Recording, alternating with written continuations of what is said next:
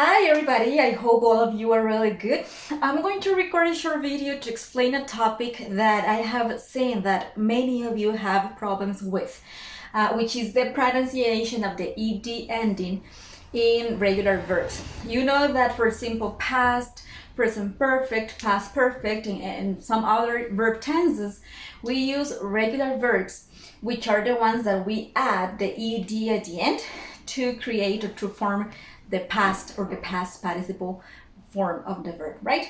Just by adding an ed at the end, we change the verb tense. And I think that you know that ed requires a specific pronunciation.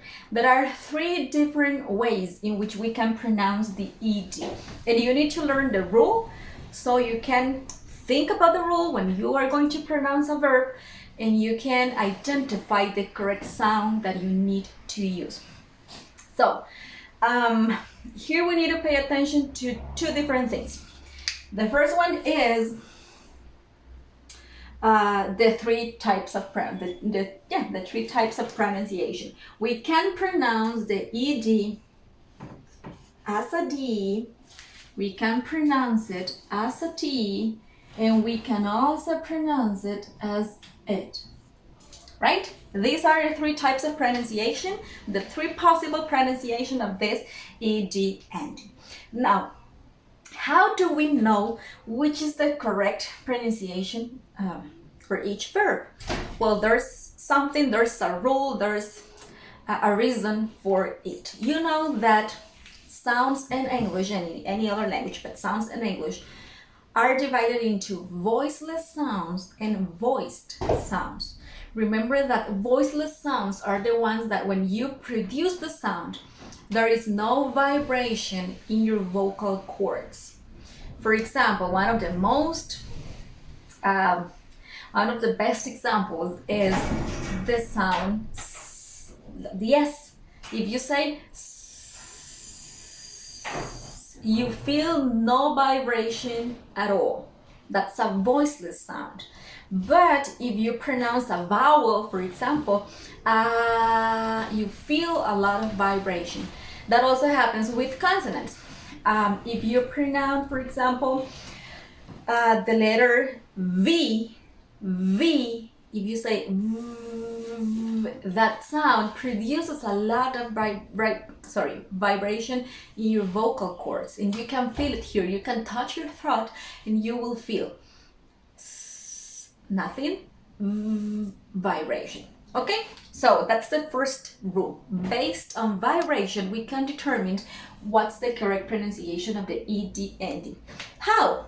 Very simple. When the verb ends with a voiced sound, it is pronounced with it.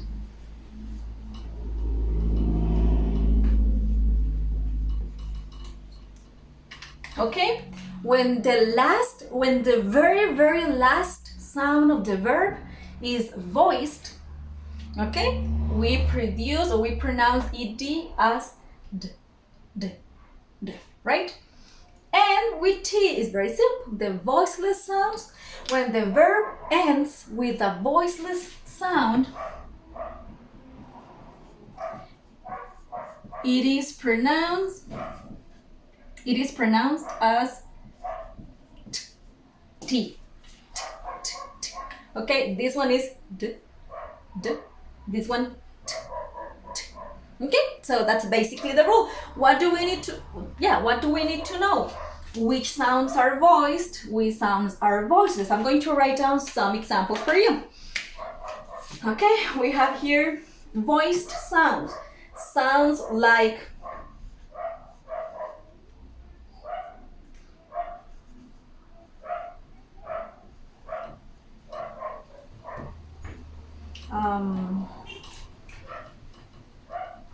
V. Let me think what others. Okay, the vowels, of course. All vowels are voiced. I'm going to write here so I can remember.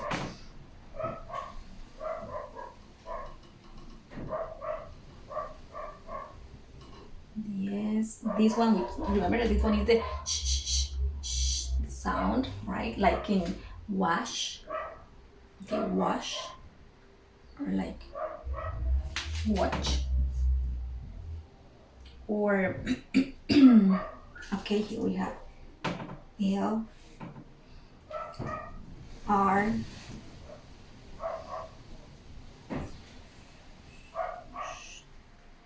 K S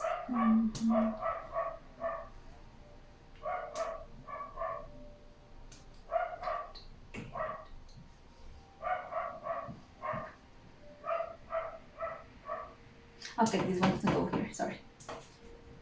P, this one Z. Okay, let me remember the other ones. K, S,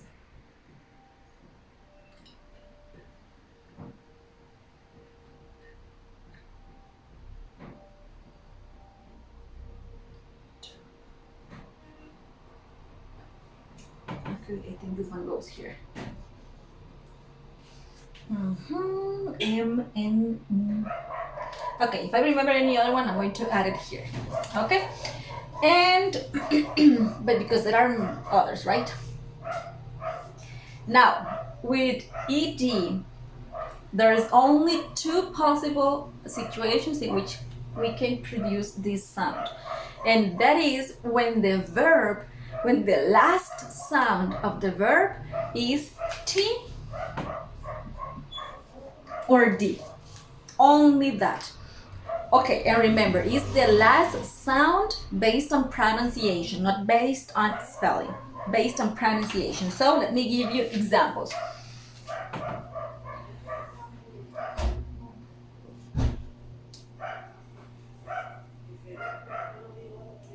Okay, I'm going to give you some examples.